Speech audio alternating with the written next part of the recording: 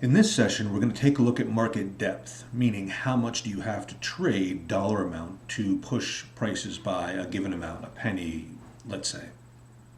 And so to get an idea of a depth of a particular market, we're going to calculate Kyle's lambda. Kyle's lambda is defined here.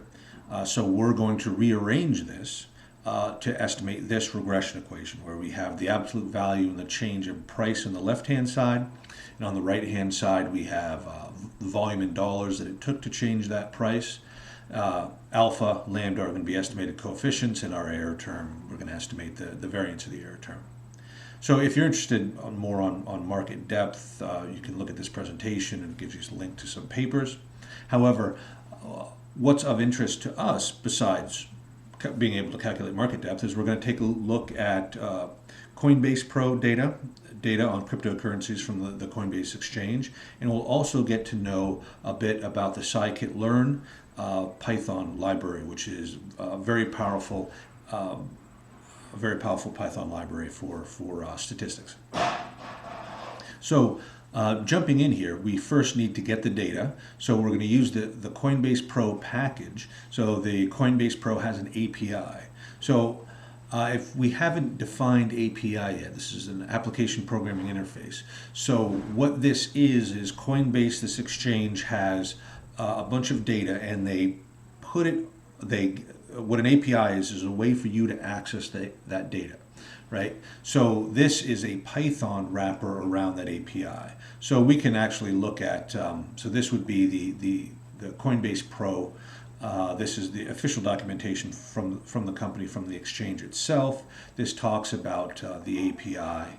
Again, they're putting this, they're just describing how to access the data that they're providing.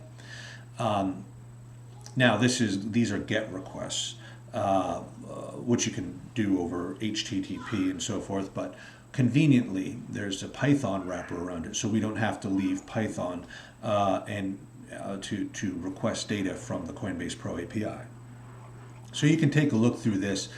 We're going to use what are these public methods, so functions that can be used by anyone without any sort of authentication. So we're not going to authenticate. However, if you do have an account on Coinbase, you can authenticate, and then you can use these methods, functions that will actually trade. They'll get your account history, buy and sell, right? You should be able to cancel order, submit order, different types of orders. So you have full programmatic access to this exchange. Good. So again, we're going to use the non-authenticated methods. So to install this, it looks like we already have it installed. So I'm going to import CB Pro and import pandas. I'm going to import scikit-learn as we need it, right? So I will be importing scikit-learn later, but I'll wait to show you so you know exactly where scikit-learn is needed. So what we can do is we create this public client here, and then we can use this public client to, for example, get all the products available. So here's all the products available on the exchange. Here are the tickers and some aspects of it. You know, what's the quote increment and so forth. So looks good. Right, here's Bitcoin, US dollars, and so forth. So it looks like we're successfully able to pull some data. We're going to deal with Ethereum, ETH/USD. So we can pull an order book for it. So this gives an order book. So right now the bid is $1,362.25 with an ask of $1,363.10, right? And this should be the size. If we run this, we should, right? So this would be for 3.5 Ethereum, 0.4. So we're getting real-time data here. We can query this, and we're going to get updated values. So what we're going to use to calculate Kyle's lambda is trades. So we can use this to get the trades in Ethereum. And we actually don't need any of this before or after, so I'm going to go ahead and get rid of that. So so now we've pulled the trades. Now the trades, so now we have an object ETH trades. This might be a little bit new, but what this object is a generator. And what a generator is you can call next on it, and it remembers where it is, and it gives you the next value. So you can repeatedly call next, and then move through all the data. So what you can see here is I call next, right? And I get, here's a price at 1,365. It was a buy. It was on the buy side. The size of the purchase, the time, and so forth. And I can hit next here again, and I'm going to get the next one. Here's the new value buy. The size was half an Ethereum, right? So I get it. Let me hit next here.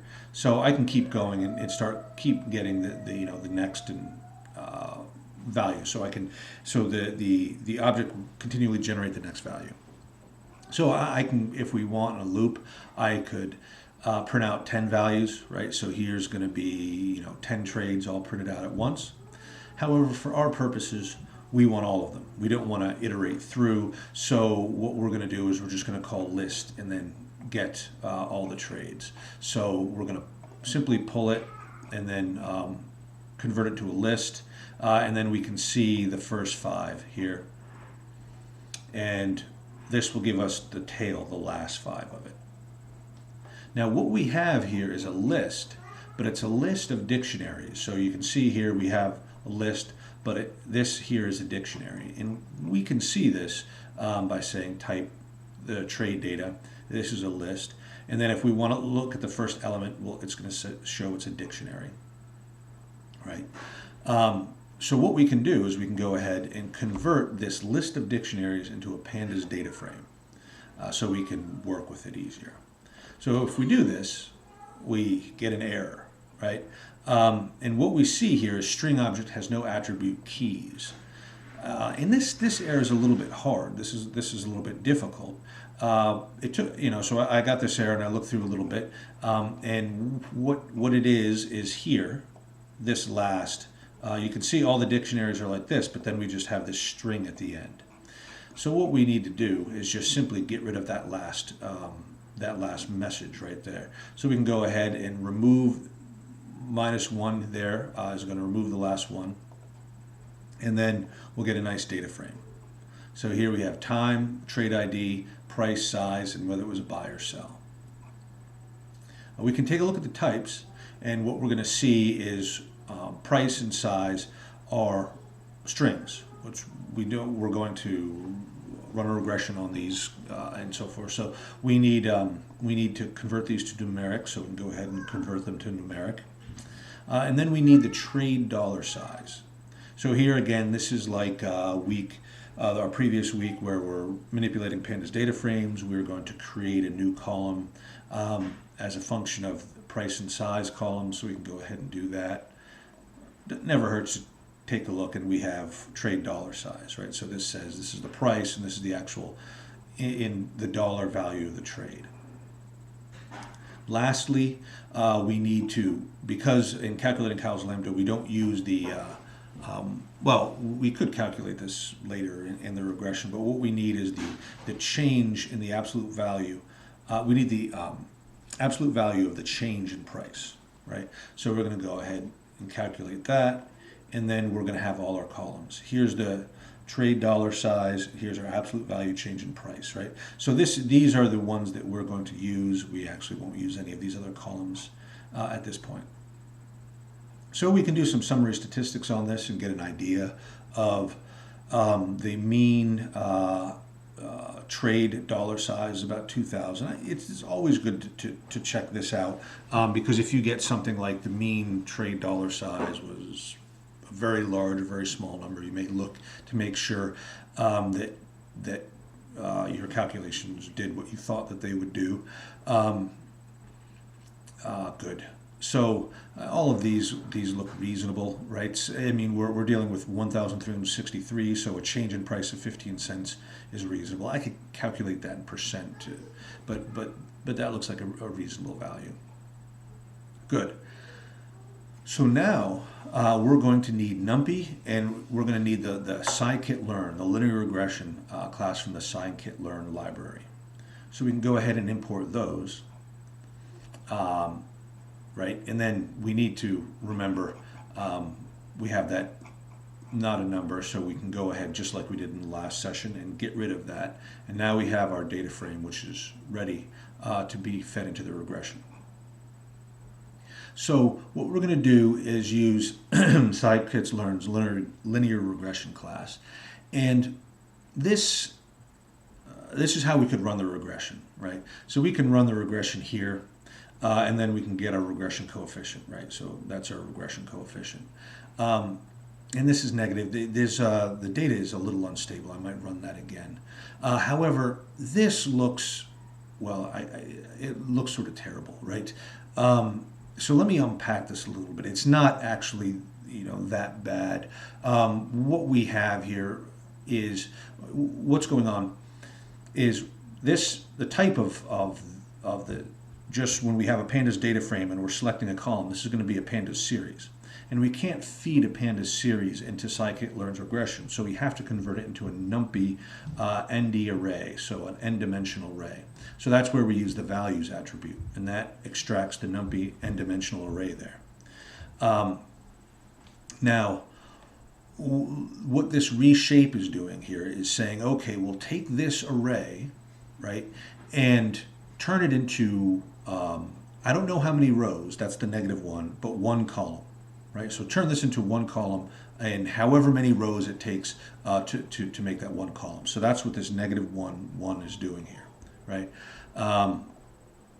So you can see here, right? It's going to take this n-dimensional array, and it is going to, let me see, scroll to where I was.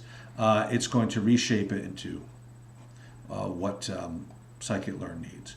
So. Conceivably, I could have just defined these to make it a little bit simpler. So dollar size, create a variable just called dollar size, where I just,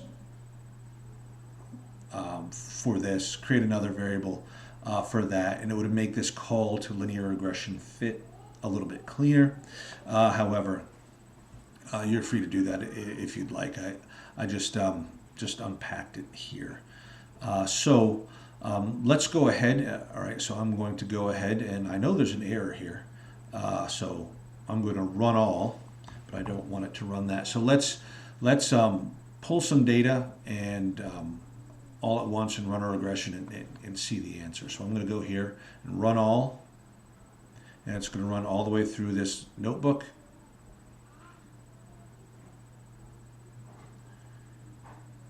Right? And here we go. And this answer looks fairly reasonable. Because we're not pulling in so much data, the coefficient here can be a little bit unstable. But so this we can get the coefficient of our regression with this attribute. Remember, so this is a regression, and then we can find we can get a bunch of attributes of it. Right. So this gives us the coefficient, the lambda coefficient, and if we take depth as defined to be 1 cent divided by the regression coefficient, this is going to give us how much in dollars we have to trade, either buy or sell, to push Ethereum by 1 penny. And so what it's saying here is it takes $27,000 to change Ethereum by a penny. And again, if I rerun this a bunch of times, it can be quite unstable. You get a negative number, but this is fairly reasonable. As you pull in larger and larger data sets, longer time series, I should say, this will become more stable.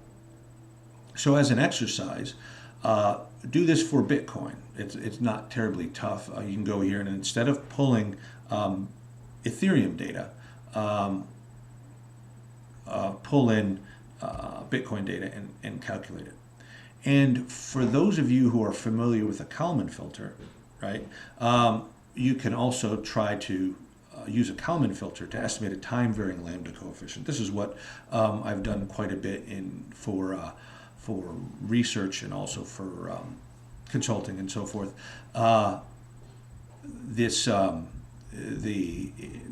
Kalman filter will give us over time how much has it taken to move Ethereum by a penny. So if you're somewhat familiar with the Kalman filter, there are plenty of implementations of Python, so you can use a prepackaged implementation and get a nice time-varying estimate of the lambda coefficient.